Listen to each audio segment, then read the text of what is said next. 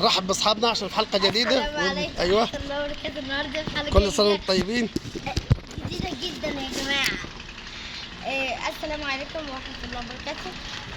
طبعا بابا قدمني في مدرسة. بقيت شرطه في المدرسه. في شرطة. أيوة. في شرطة في مدرسة. اصغر شرطه في مدرستنا. يلا، اصغر شرطه في مدرستنا. لا، الأصغر. تحيا مصر. تحيا مصر. ودي تعظيم سلام. يلا هتقولي ايه النهارده؟ طبعا حلو.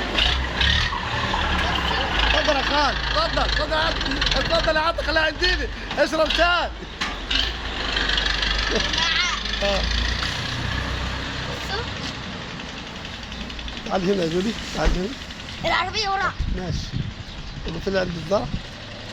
بصوا يا جماعة، بدأنا نخش في الزرع شوية. شوية. أنا فاكرة ده طرحة يا جماعة. طلع منديل. مش طرحه. بابا قال لي طلع طرحة. ايوه، طلع حلو عليكم. اتفضلوا معانا، اتفضلوا. سلمي على خالتي. ماشي. فبصوا، لبسني أزرق وأحمر. تمام. فقلت له هلبس أزرق طبعا عشان يليق مع الأحمر، عشان ما عنديش طقم أحمر أو أسود بصراحة. إيه رأيكم؟ تحيا مصر. طبعا احنا بنرحب بالاستاذه جودي، دي اصغر شرطي موجود في مدرستنا، والشرطه المدرسيه طبعا النهارده يعني دخل فيها عضو جديد ان شاء الله يكون نشيط. ايه مهماتك داخل المدرسه ان شاء الله؟ هتعملي ايه؟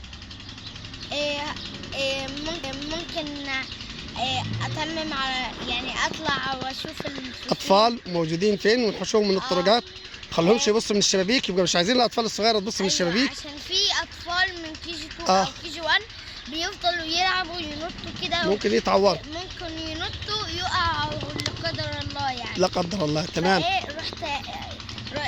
ممكن اروح الحقهم واشيلهم من على السور. تمام. في ناس بتقعد كده على السور تفضل تلعب. برضه في اولاد كبار متنمرين بيأذوا بعض او بيأذوا اطفال تاني، فهنحاولوا يمسك الطالب دوت ونوجهه، يا اما نجيب اسمه ونوديه للمشرف المسؤول. صح؟ ايوه، زي المدير كده. تمام، كويس. اشمعنى المدير؟ ما خليها للمشرف. طيب مش كل حاجه المدير يعني.